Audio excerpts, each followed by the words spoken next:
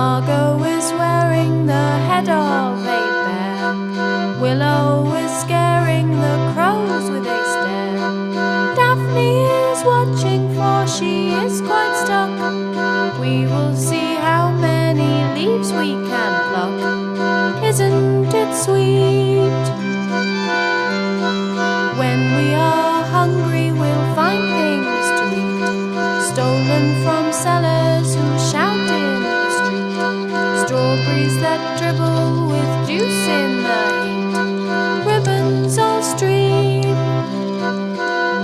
from a magic machine, powered by gypsies who look like a dream. Dark eyes revealing what they really mean. Don't you just love falling in love? Chin on your shoulder, I feel like a dove. The world of much older is covered in dust. Barefoot we stray from a world in decay. Take a small piece and the colours. Hello, I'm Mary Hooper, and welcome to Salon number 4, one of a series of eight salons. And the first 3 were hosted by Rosanna Lowe, and after this one there are another 4 salons. So today I've got some fabulous guests. I've got some brilliant small businesses, entrepreneurs from Trinity Triangle, who have started up businesses with a passion and a creativity. And I thought it would be important and interesting to ask them about the impact of lockdown and their plans for restarting and for the future, and what collectively we can do, creatives and businesses, for the future. And we also have Caoimhe O'Gorman from Heart of Hastings and Nicole Collumb, who is a landscape architect and a specialist in helping to green environments and make community spaces. So I'll just give the salon a little plug. After this one, Salon 5 is a derelict chorale with Debbie Warren, Chris Thorpe Tracy, and Judy Gidlow. And then we have another salon about the Great Storm, concentrating on the history of the America ground. And sorry, I'm blubbing a bit. So let's go ahead and introduce our guests. First of all, I'd like to introduce Tim and Susan from Wow and Flutter. Maybe you could just introduce yourselves and say a bit about Wow and Flutter. We started Wow and Flutter in the Trinity Triangle in 2014, so that's 1.5 years, I think. Maths, I'm not amazing at maths. And we started in a tiny premises near the Brassy Steps. And then after, I think, a year and a half, we relocated around onto Trinity Street to a shop that was about 4 times bigger. We sell records, comics, books, Japanese toys.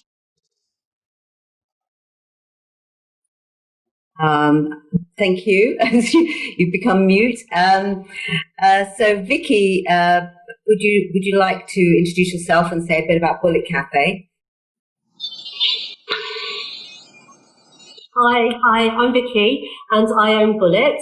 We've been open since 2007.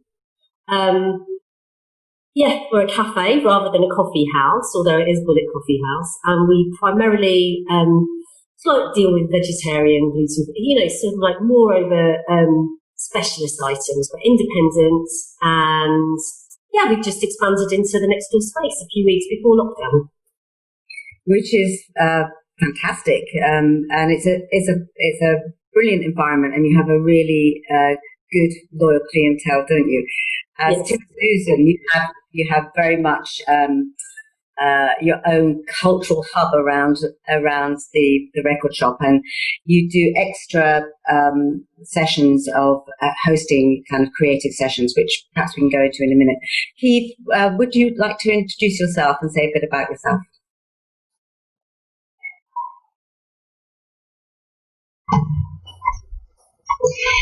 Hi, my name is Caoimhe, and I work for Heart of Hastings, which is a community land trust here in Hastings, and we care about truly affordable spaces for people to live and to work in.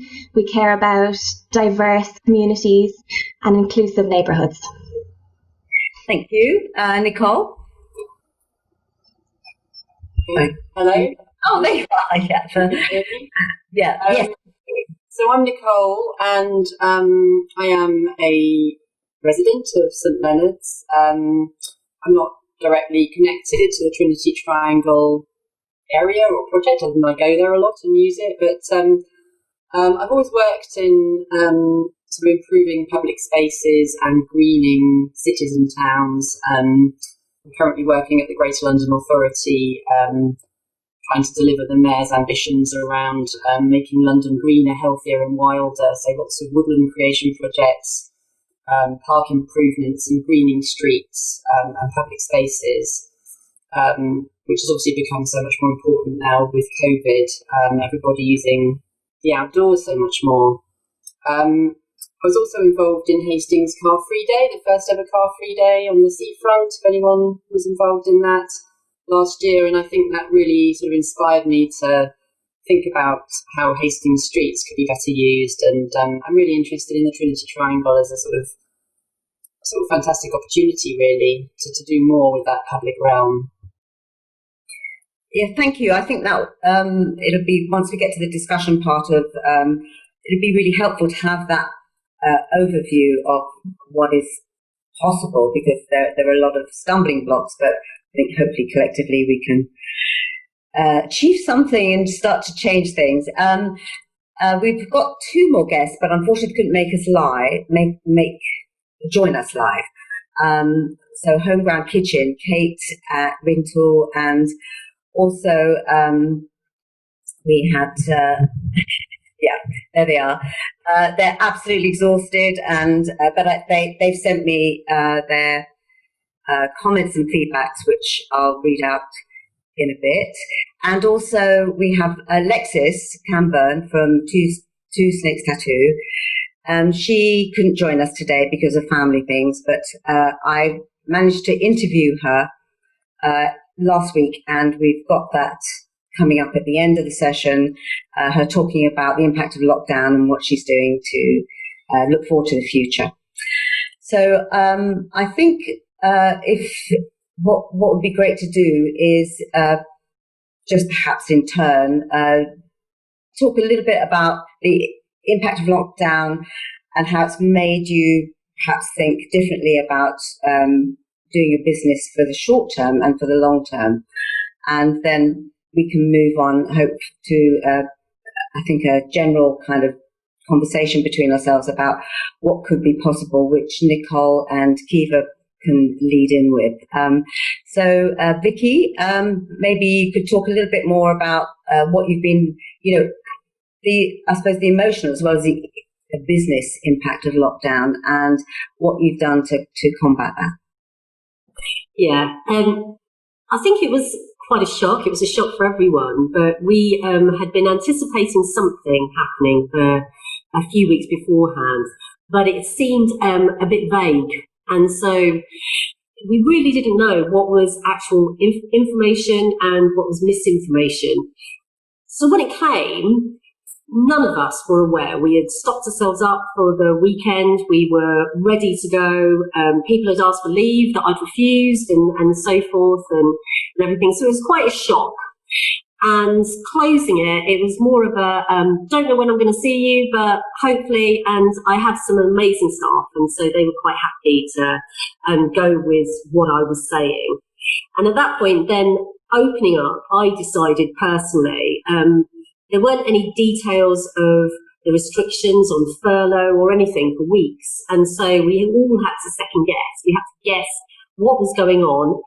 And so I decided, rather than to put myself a little bit out on a limb, and rather than waiting for a decision, I didn't want the staff to be out of pocket, so I found a way of paying them initially. And so my first week was sorting out those kind of things. It was like basic necessities of how do they afford to pay their rent, how do we sort out stock levels, how do we manage ourselves in this situation. And then from there, I decided to open up every Saturday without the staff, as we'd had so much contact from people asking for our products. And so, and for bread and for eggs. And I had some amazing suppliers who were local, small companies, and they continued to do that throughout for me. So it was quite beneficial. And quite, I was quite happy to see how everyone was rallying around who was left. There weren't many people around, but, the people that were really helping each other. That's fantastic. Obviously we've been hearing stories on the news, but I think to hear from personally about people's experiences, I think makes it much more, the impact of that is much more understandable. Tim, Susan, maybe you'd like to tell us how it was for you, basically.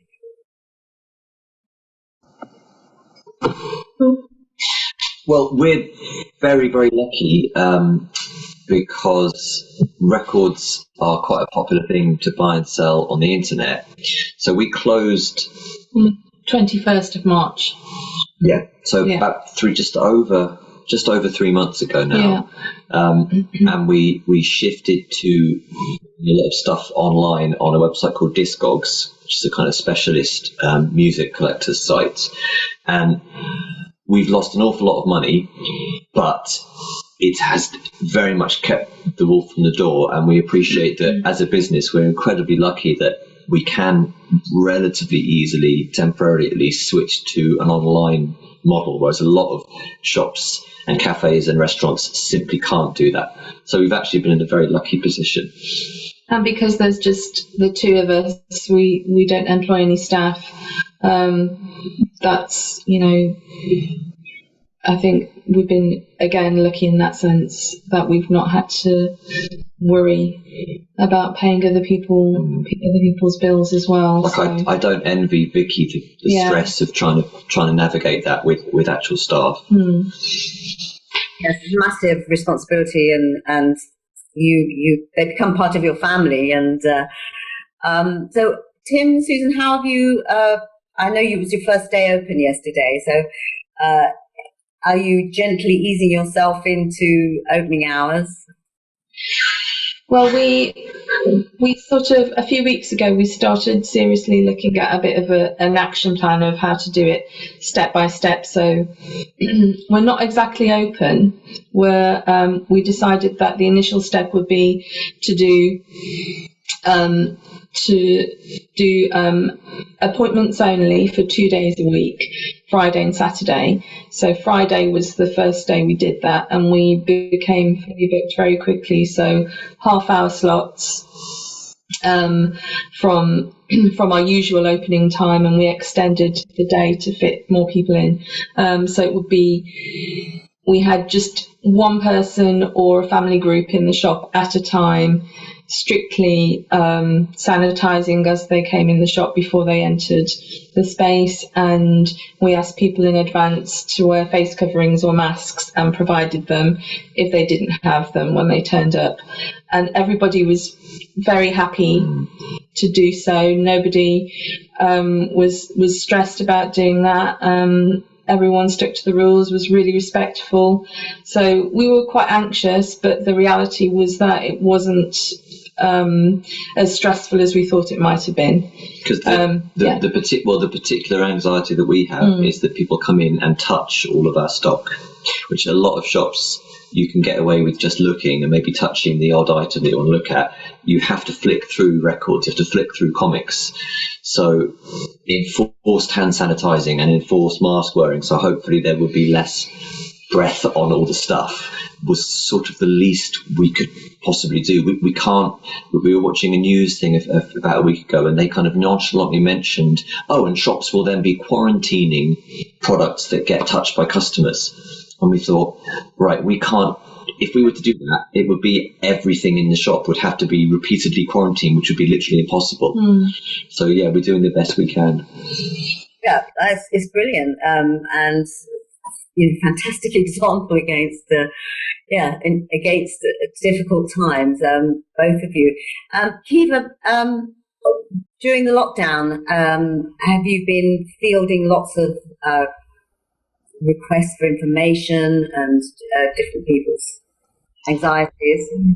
Well, I hope that everyone feels that they can reach out to us because we'd like to hear from everybody. And we have recently started filming some interviews with independent businesses in the area with a view to launching an event on the 4th of July. And I would love to hear from Tim and Suzanne as well. And we have interviewed Vicki, and we'd like to create a sort of blended online digital event and a physical event in so much as that's possible. Heart of Hastings office is based in Rock House, and in Rock House itself and on the streets around there are some wonderful businesses and wonderful tenants. And I think one of the good things about us being based there normally is that there is that sense that you can bump into someone, have an encounter, ideas spark, and obviously that hasn't been possible during lockdown. And I myself started as engagement manager a month into lockdown. So having been told that Heart of Hastings' strength lies in their face-to-face encounters with people, I was a little bit worried about how I could make this work. I've loved meeting people online, and last week finally some people in person, but we're working on new ideas, and we're also conscious that for some people online events and meetings are actually more accessible than in-person meetings, because some people either don't want to leave the house, are shielding, or they can't, and in the past haven't been able to. So we want to take what we've learned and bring it into the future so that we can offer a blend of remote and in-person events. Fantastic. Nicole, I know that you've actually been carrying on working from home. What has that entailed in terms of what are you kind of preparing for when you actually physically go back, because you have to commute?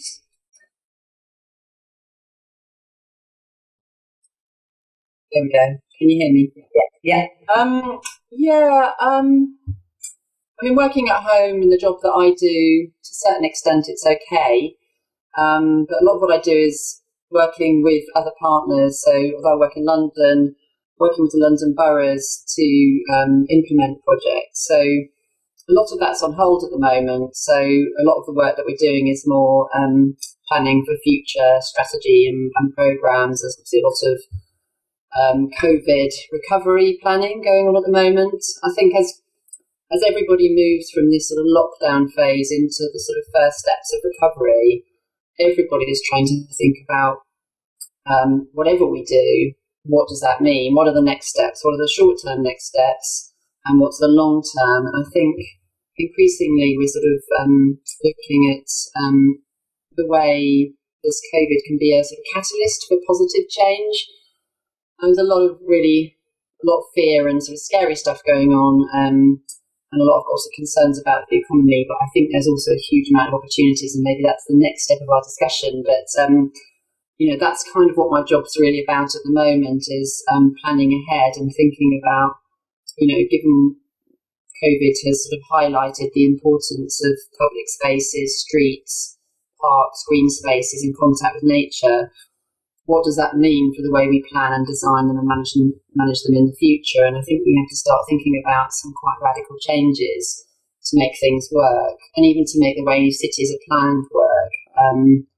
So lots of my sort of day-to-day work about getting projects done, going out and having meetings with partners on site sometimes, that's all pretty much on hold. A lot of the work is on hold, but I think we're trying to use this time to sort of think about the future and plan for really what we should be doing to make cities greener and healthier and more sort of walkable and more sort of more equitable in a way, so that everybody can benefit from the spaces, and how we can do that in the future.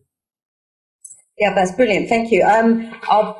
And excuse me for reading this. I'll read what Kate sent me about lockdown. Basically, they and thank you for putting up the picture. That's lovely. They launched on July 19th, Savannah Carr and Kate Rintoul, and they opened a kitchen, cooking school and canteen. And the aim was to create a welcoming, relaxed and accessible space in the centre of Hastings. They have certainly achieved that. It's a very unique space. It's in Gotham Alley, below Rock House. And it has a very distinctive look. They're a young business, and they basically want to share their food and a vision about teaching. I'll read some of the projects. Taste of Home was born out of the COVID-19 and was their pivot to frozen food production and delivery with an exciting weekly changing menu. Global cuisine cooked with love and delivered contactlessly. Cooking food and keeping in touch with our valued customers has kept us sane over the last few months, and we're proud to be proving how adaptable and strong a community business can be. We're still working with the community and looking for how we can make our local food system more resilient and a force for good. As the lockdown slowly lifts, we will be starting a gradual reopening, starting with collections and click and collect coffees. I think the biggest thing we're feeling at the moment is that everyone is feeling the struggles of lockdown, but it feels as though in the last couple of weeks, we've lost that community and solidarity spirit of sharing the load, and that many have started to prioritise and protect their own interests, that quite naturally. We've been trying to foster collaboration and communication, especially for those in our industry, but I think us and others are starting to feel frustrated with the lack of clarity and support from the council and landlords for our creative ideas that could actually benefit the whole community. Our fundraiser this weekend was a really good reminder of the goodness of the community and the need for people to come together and have fun in new ways while support others. It may seem strange we prioritise raising money for charity right now, but actually it's been really valuable to put our own troubles to one side and do something positive, which is what we always wanted home ground to be.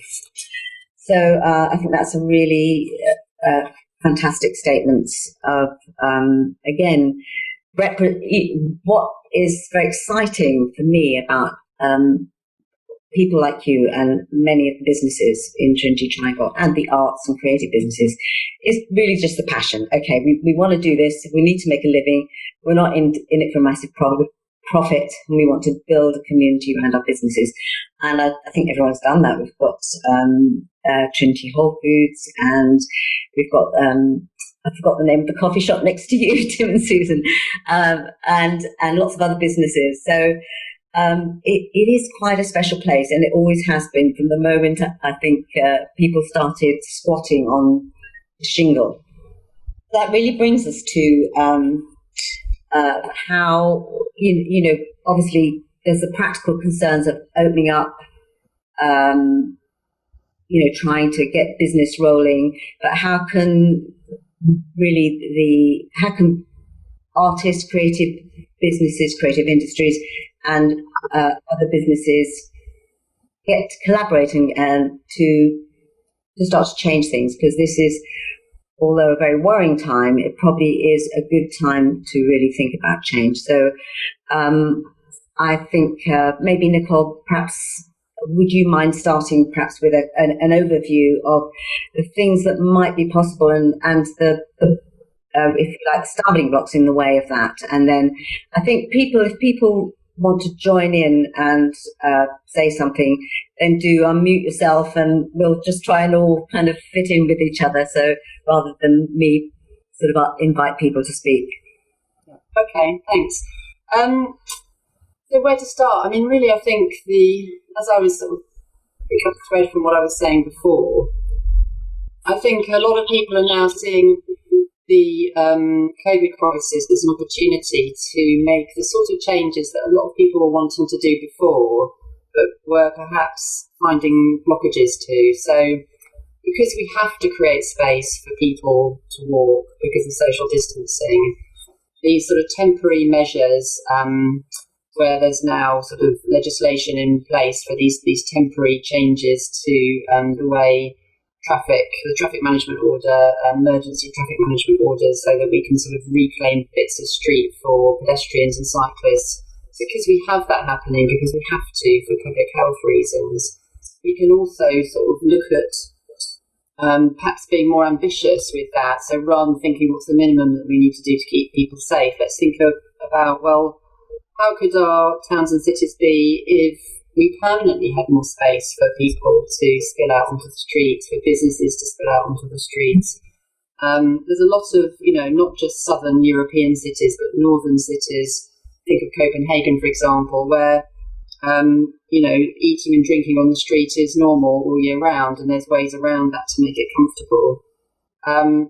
Obviously, there's practical reasons in terms of parking and emergency access and disabled access, and equality duties still apply to sort of temporary interventions on the street. We've got to make sure that access is available to all, but that's all possible through good design. And I think there's a real opportunity here to sort of counteract this sort of fear that COVID has brought, this fear of going out, but also this sort of craving people have for social contact, to really reimagine our street space as a communal space. And I think an area like the Trinity Triangle has great opportunities to do that, because it's a sort of quite a self-contained area. It's not a main route to anywhere. It's already got a sort of community of businesses and quite a few like-minded people. I think there's a real potential to do something more interesting in that location. And I think the role of creatives in that, and not just, built environment professionals, but artists and creatives of all sorts, music, entertainment, and all sorts of arts, to sort of bring streets alive becomes really important. And I think, a lot of these temporary interventions that are happening, like in London, there's some quite quick early interventions that have been done, just putting traffic cones down the road so that you can sort of reclaim a bit of road space for cyclists or walking. If you apply a bit more sort of playfulness and creativity to that, you can perhaps create a much sort of better street environment, even with temporary measures. And I think the great thing about temporary measures, and there's this wonderful term, tactical urbanism, now that it's been around for quite a few years, but the idea of tactical urbanism is that you don't do tons of planning and consultation. You get people together, you make an intervention, like creating a mini park in a parking bay where you put, plants in pots and seating and cycle stands, and create a little destination. And you see how it goes, and you monitor it. If there's problems, you remove it or you alter it. And you just try different things to sort of regain the street for people, and you can see how these things work. And I think now is a great time for that tactical urbanism, and a great time for artists to get involved in making that really fun and playful and beautiful, so we create beauty on our streets. I think also, when going back to that point of making places more equitable and socially just, I think there's a real need that a lot of people live in flats, and they don't have gardens, and they don't have space, and so providing more street space for people to congregate. And I think there's a real danger with COVID that businesses become quite elite, so people have to put up their prices so only the wealthy can perhaps go and sit in that sort of bubble in that restaurant. If we want to make it available for everybody, we've got to create more space and make it cheap, easy, fun, and joyful rather than fearful to go out and be with people in the public realm. And I think that all is going to take an awful lot of good design and creativity and some pretty clever thinking to make that happen. And then, of course, there's the sort of dead hand of the regulations and all the licenses you have to get and the planning regulations. But I think, now is the best time we've had really to make those changes. So it'd be really interesting to hear what people who are actually working in that area sort of feel about that, and whether people have ideas for what could work in the Trinity Triangle area in terms of using that street space. Thank you. That's a very good overview. Fantastic. Thank you. Would someone like to come in maybe with reaction to that. Yeah, Caoimhe. I think that sense of playfulness and being allowed to imagine even in challenging times is really important. And, at the moment, there are going to be a lot of people in government and authorities writing relatively top-down policies and documents for recovery. And I think that we need to just recognise how many great ideas we have here locally and make sure that those voices are heard and feed into planning. And certainly in the Trinity Triangle, there's loads of imagination, there's loads of creativity. And before COVID came on the horizon, Heart of Hastings was working on developing a 4-year program of regeneration, and we're continuing with that, and that's going to be launched this month. And so although there will be challenges and struggles, and we may be dealing with things like more vacant buildings, for example, I think that there's plenty of scope there for us all to shape the future together, and we want to work in partnership with everyone to do that, and hopefully have something joyful, as you say, Nicole, rather than focusing on the struggle all the time. Yeah, Vicki. I wouldn't agree more, but it's very difficult as well, because as the Trinity Triangle, we are all very small businesses. I'm a sole trader, and so with the loss of my staff at that point, I've been operating by myself, which has been very, very challenging at times. I know Tim and Susan, they operate by themselves and they work within their business as I do. And so there are a lot of us at the Cape Room and other places where we don't really have the time to engage in a significant amount of other activity that isn't going to benefit our businesses in the short to medium term at the same time. So when you're trying to manage something, to have something else it's a lovely idea in some instances, but involvement and understanding of the time restrictions of the people within the area would be beneficial, because a lot of activities are agreed where you just can't have input. You can't have input because it's done on a day where you're unavailable or you're operating or and so I think collaboration, and with the council, as we were saying, with rules and regulations, there are a lot of doors that need to be opened to enable it to be easier. In the past, trying to do the July the 4th celebrations and so forth, and falling short because of the regulations, not being able to meet those restrictions that were being put in place, not being able to close the road, not being able to have enough adequate sort of policing and so forth is quite a challenge without our input. It would, I'm babbling, but it's quite a challenge without our input. But rather than being told, it would be very beneficial to be involved. That's what I'm trying to say. I think, Vicki, it's a really good point. When we did the Car Free Day last year, I mean, I wasn't leading the organisation of it. I was just sort of on the sidelines doing a little bit of it, but the hoops that we had to jump through in terms of, an event management plan, a risk assessment, or even arranging the traffic signs to say that the traffic had to be diverted. I assumed that the council would have them and we could just use them. We had to find a source of those signs, the big yellow signs, every little thing was new to us as a community group to do.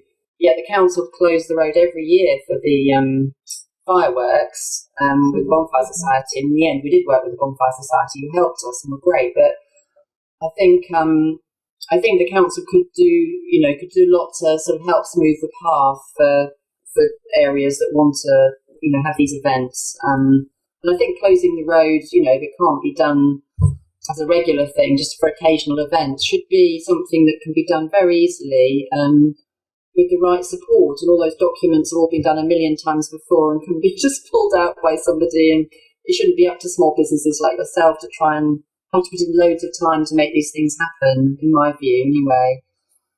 And in fact, there is just, sorry, I wouldn't try and speak too much, but there is a recent government guidance letter from central government to all local authorities encouraging them to smooth the path for outdoor trading, outdoor markets, allowing street closures. So they're actually being actively encouraged to smooth the path, waive fees, simplify processes. So, it's up to local authorities to actually make that easier, but they are now being actively encouraged now by central government, because everyone realises this is what we're going to have to do because of COVID. We're all going to have to do stuff outside.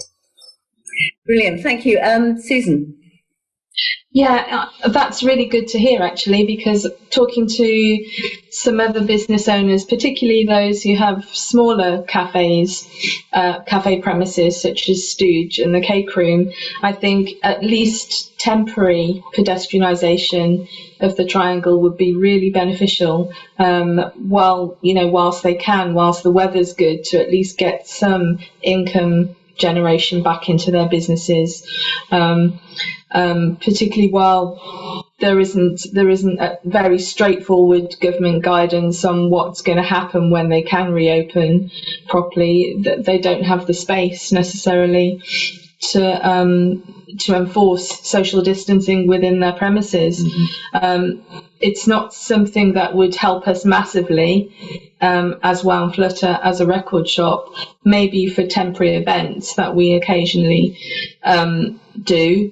But as an ongoing, as a record shop and an ongoing business in that sense, it wouldn't help us. But particularly for those other businesses, I think it would. Yeah, the area lends itself quite naturally to pedestrianisation, and obviously you have to make allowances for deliveries and things, but George Street has done it very successfully. When I was going there as a teenager, it was two-way traffic. Unbelievable, which it still is in the the high street is one way, isn't it, except for the end bit. But that's become a destination because it's friendly to pedestrians and families and locals and tourists, and it isn't a through road already because there are restrictions. So you could then pedestrianise it permanently, temporarily see how it would work, and then make those spaces friendly and attractive. When we go on holiday, we search those spaces out, don't we, with small, interesting businesses, cafes, shops, creative businesses. It's a no-brainer. Yeah, Tim. Well, on the subject, more or less, of cars and pedestrianisation and parking, I did want to. What's the best way to bring it up? Well, basically, to be a slight downer, but it's something which has made me and Susan and everyone we've spoken to kind of think, if this is, everyone's trying to rebuild post lockdown, and we found out to our horror about a week ago that East Sussex County Council have decided on now to double car parking, on-street parking fees across all of Hastings, Old Town, Town Centre, Trinity Triangle, up to, I guess, the pier. So when it would have cost you, say, £2.50, £3 to park, it will now cost you, in some cases, up to £7 to park for 4 hours or an afternoon or whatever. That was mentioned earlier about these things are coming from top down, and then we're having to slightly struggle against them. My heart really sank that here we are, a few steps into a post-lockdown world, and that is when the local powers that be decide, I know, we'll raise some revenue by doubling all the parking, and it's the local, particularly independent businesses who are going to see potentially a fall in custom precisely because of that decision that somebody made, because on paper they thought, right, well, we can raise X amount of money by doing this. So it's a slightly heart-sinking first step into a post-lockdown local economy. I think Vicki and Kiva both would like to comment. Vicki, Well, I was only going to say, I know that it's East Sussex, it's on the road, but we do have a massive car park, an underground car park just by us, and signage leading people to Robertson Street would always be beneficial, and it's been fought for, and we've never quite received that agreement that we could do that. And as well as that, that would lean very easily towards free parking on certain days of the week. I mean, in Priory Meadows Shopping Centre, they had that on Thursday evenings. You know, to have that at a point in time when the shops are actually open in the Triangle, you know, on Sunday, or, you know, and having free parking would be something that would be easy to operate. And the excessive amount of paperwork that would be involved in trying to change East Sussex County Council's decision about the on-road parking could be done, but we wouldn't have to wait for it. Yeah. It's interesting. It was lovely during the lockdown not to have so much traffic, but obviously cars are part of. Hopefully, we as locals we can not use them so much, but then for people coming into town to visit Wow and Flutter, to eat and drink, then that's one of the necessary evils. A way of, as you said, Nicole, it's a way of balancing all these things, isn't it? Caoimhe, did you want to say something? Simply just that what Tim and Susan and Vicki have raised is it's exactly as you say, Vicki, the danger of having things signed off without any sort of consultation, and especially when people are time strapped. And I think that's where there's strength in numbers, and I would hope to work with people, because obviously the hope for regeneration is that it would be bottom up, and that it's not just someone parachuting in a solution for us here, that it's going to be informed by what is actually needed and wanted. I think one of the things that I've read lots of things around initiatives, local initiatives post lockdown, and it's really about collaboration between different sectors of the community. We have MSL projects that have organised these salons, for instance, are very actively. I'm really pleased to be able to be part of this. Actively trying to sort of combine creative, artists, creatives, heritage, local history organisations, local businesses. And I think, well, obviously we're stronger together, but how we do that, and, what use are, or not what use, but how can we as a creative organisation or creative businesses help and collaborate with yourselves, local businesses? Maybe, I mean, obviously, Tim and Susan, you do. Maybe you could describe some of the events that you've hosted as part of Coastal Currents and things like that, because they've been amazing. So you're already sort of your doors are open to that kind of thing anyway. And Vicki, I know that you've hosted a lot of events in the past. Maybe talk a little bit about those. Perhaps Tim, Susan first. Well, yeah, we can't see ourselves doing anything in the near future, purely because, as we said, because unless things can go on the street, which would be fantastic. We've had stand-up comedy, concerts, educational talks, music history talks. We've had guest speakers. Robin Ince from Infinite Monkey Cage on Radio 4 came and did a brilliant talk.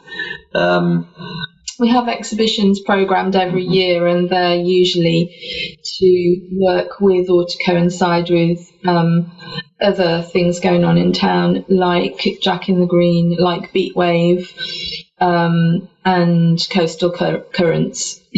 So all of those things, we've been unable to do so far this year. It just it cut our programme off like everyone else's. And we've currently at what was to be the busiest time. Yeah.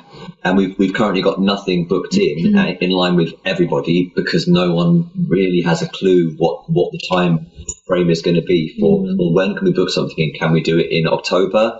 Do we wait until next January? We don't know. No, difficult. Vicki, did you have?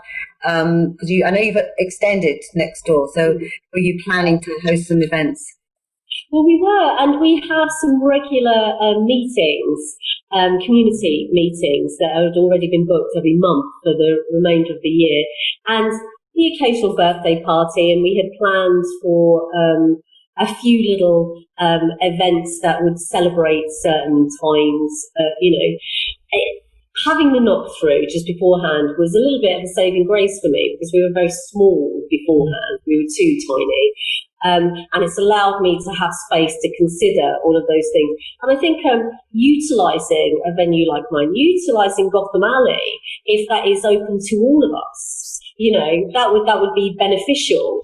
I don't know about the parameters of, if we are denied being able to operate on the pavements and so forth. And I can understand some of the concerns of the council about that. I don't know where else we could undertake it. I know the promenade is quite free, and as I said, Gotham Alley and certain other areas, and it does lean towards where Flutter, that part of the triangle without Robertson Street could easily be sectioned off one day a week with limited disruptions to anyone else, keeping Robertson Street still operational. So, in terms of activities, I think we would be foolish to be booking anything in until we know, unless people are now more afraid of a second wave, aren't they? And I think that will be something that will be predominantly in people's minds when it starts raining in October, November time, and people have to actually come in. So the summer might be our last moment to be able to raise some revenue. And so in terms of the planning and the rules, I don't know how quickly those can be in place, because by the time it comes to the winter, no one's going to want to be outside. Yeah. Kiva. Yeah, just to say, I think I've been speaking in the abstract a lot so far, and I would like to focus on the assets that we do have, the resources that we have to help independent businesses and residents. And I think you've identified, Gotham Alley and the spaces that we have nearby, the OB, which, work will start on that in the near future. But, we will have these spaces that in the meantime, we should be able to use. And, we don't need to have dedicated art centres to be able to use them for events. So, let's hopefully get creative about those spaces and use what we have. And the other thing is that, Hastings Voluntary Action have been having these incredible hub meetings, bringing together loads of charitable organisations and other people doing really amazing work in Hastings, volunteers mostly. And they've raised the fact that we have built up all of this learning, people have built up expertise in kind of lobbying, advocacy, and also in working together on funding bids.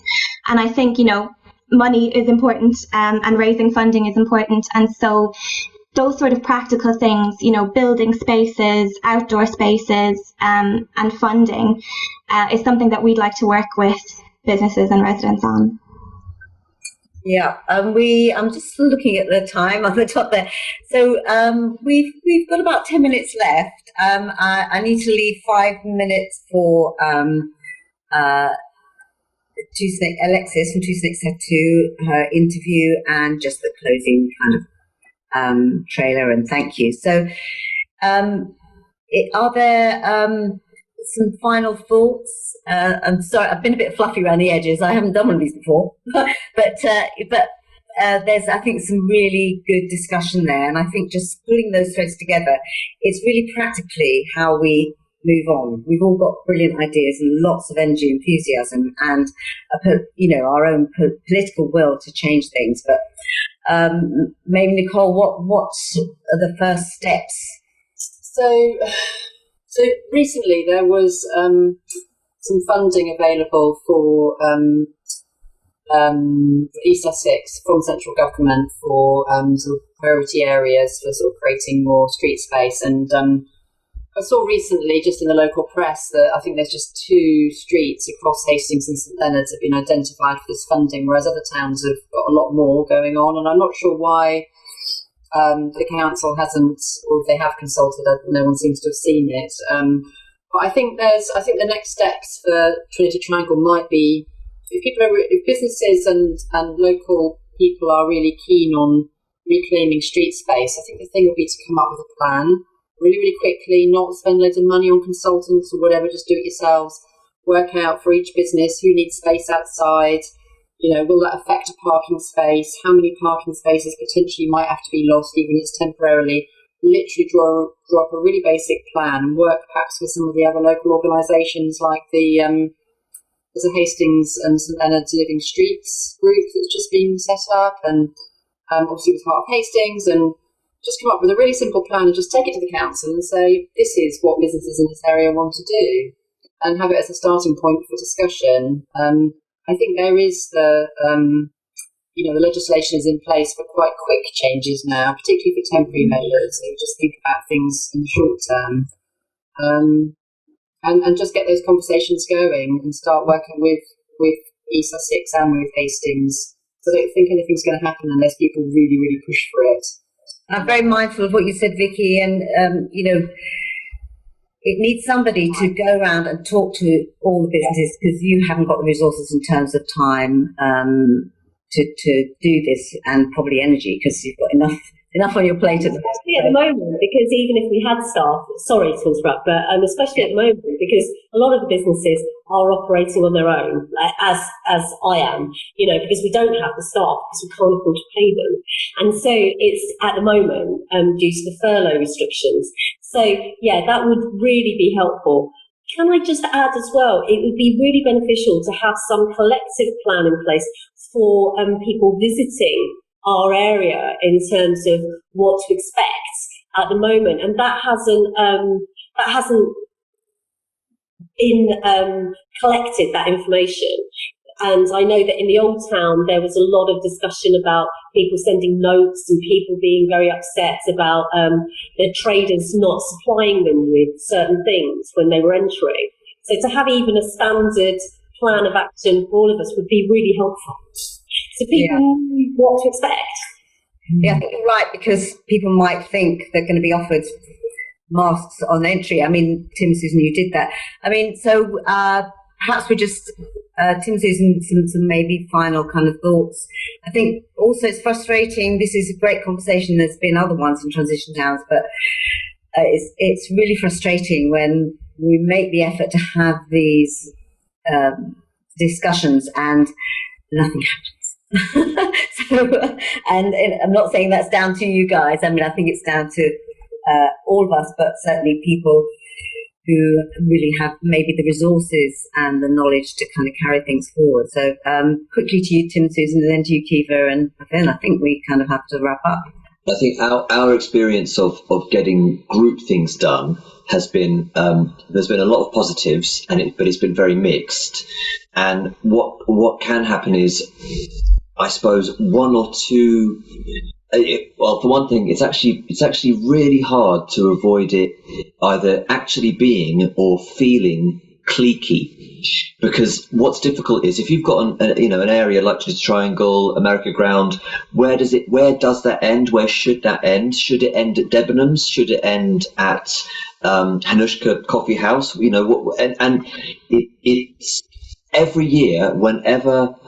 Not always including us, but whenever anybody has tried to have a joined up approach, some people always either get upset, they might boycott it, actually sort of, or they might we might try and engage with them, they're not interested, 2 months later they're furious that they weren't involved. And exactly as Vicki was saying, if you add to that the fact that this is people doing things who are already very busy, again, I don't want to feel like with the parking, I'm bringing everyone down, but it's just so hard. It's so hard to bring a disparate group of businesses together in a geographical area, and I wish it wasn't, because people keep trying, and I think it's possible, but I don't think it's easy. No, I think it's really important to have. That just really understand the problems as well as, have aspirations. So, Caoimhe, quickly to you. Yeah, Tim, that's a really good point. I think even as we're working on this programme that's going to last for 4 years, and it is focused on the Trinity Triangle area, but of course we have to always bear in mind how can we extend out those benefits to the whole of Hastings, because we're not in a vacuum, and what's good for us will also be good for Hastings and vice versa. But you're right, it's not going to be easy, and so we just have to build as much consensus as we can do. But I think it's the challenge for us is to listen to as many people as we possibly possibly can and take it on board. And also, I would just say, in reference to what Nicole mentioned, you know, none of us know what the future holds. It's a really uncertain time, more than ever. And so we're just going to have to be a bit DIY, maybe a bit messy, try things out, experiment, and try again. Brilliant. Thank you. I can't thank you all enough. It's a big deal with lots of emails going backwards and forwards. And thank you. A lot of effort. And it's really interesting for me. So I hope it was for you and for our audiences. So we're going to play out now with the interview I did, or the conversation I recorded with Alexis, which echoes really what everyone's been saying. And thank you again, and see you soon in the street. Thank you. Thank you. Bye. I've popped in because I've been a couple of times because I've been dropping off.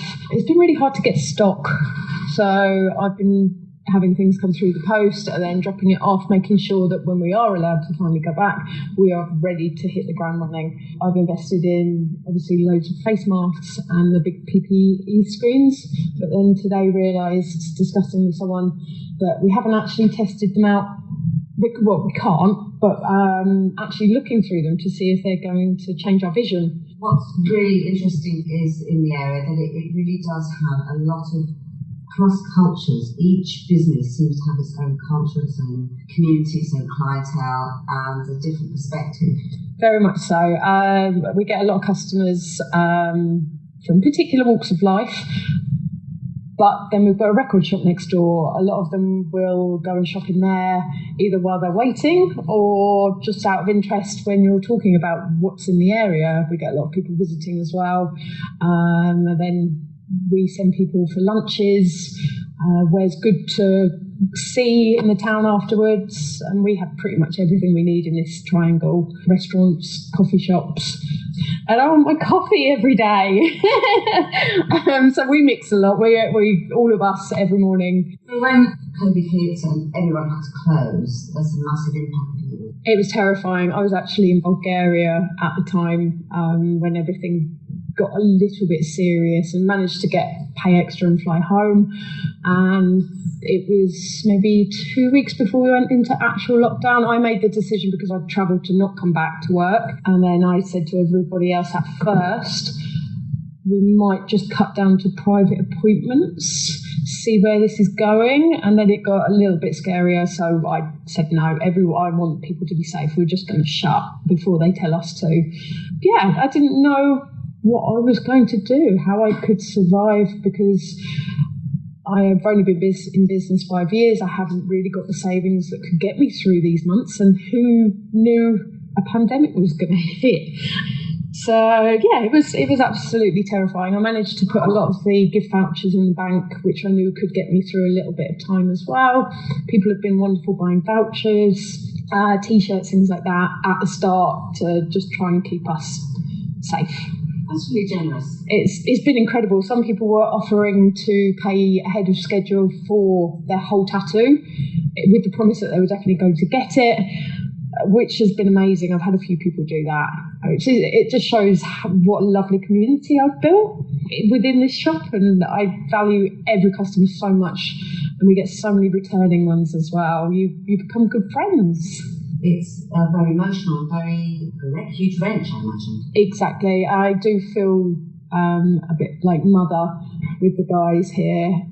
We've all been friends for years, some over 10 years.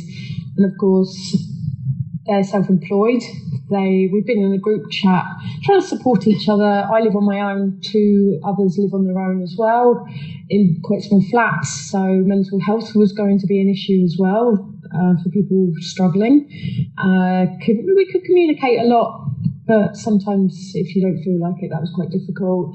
Just how they were going to survive money-wise as well, because there was no talk of grants within the first month or so, especially for self-employed.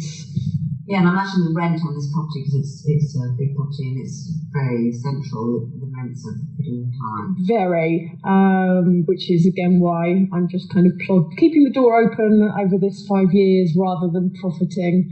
So that was scary, but the landlord's been really generous and has actually waived the rent for now while this is happening. We've been all discussing how we're going to go forward and change to keep ourselves safe and all our customers as well. So now we're looking at just 2 artists a day, 2 clients a day, keeping their belongings in boxes out in reception in a closed shop, cleaning everything, all of us wearing masks and the protective face covers. We wear aprons anyway. It's just trying to get hold of stock's been incredibly difficult, and the prices have gone through the roof. Is it becoming people profiteering in the town community? It's disgusting, and these are companies that I've bought from for years. Is there something for this area that you think? I mean, it would be fantastic if we could reduce the traffic or make it pedestrianised, I think, and maybe allow businesses to stay open later. Bars and cafes and even coffees. After work, people want to relax a little bit. Trinity Triangle, we celebrate Independence Day here every year, and last year it actually came down to the local, I think mainly Trinity and Lorna at Dyke and Dean, taking it upon themselves to get us. We all went to meetings in this area to try and donate money. Wow and Flutter did a lot. They were printing, and I think they were collecting money for that. And I'd love to see food vendors, little shops outside. We'd have something outside. Yeah, it would improve our business greatly. So that's the end of the session. We've got a trailer to play out. And this will be available on Isolation Station and MSL Digital to see an edited version. Thanks to everybody. Thanks to my guests. Thanks to MSL Projects. Thank you very much to Laura from Isolation Station. And I'm supposed to give another plug, but I can't remember what it is. So we're going to play the trailer now. The images on the trailer are ones that I've grabbed from Facebook. It's a little bit pixelated, but it kind of gives you a bit of an insight into some of the fantastic businesses we have in the Triangle. Okay, thanks. Bye for now. So just to let everyone know, if you'd like to leave any feedback, we've enabled the chat and we'd love to hear from you. Thanks, Laura. I had forgotten that bit.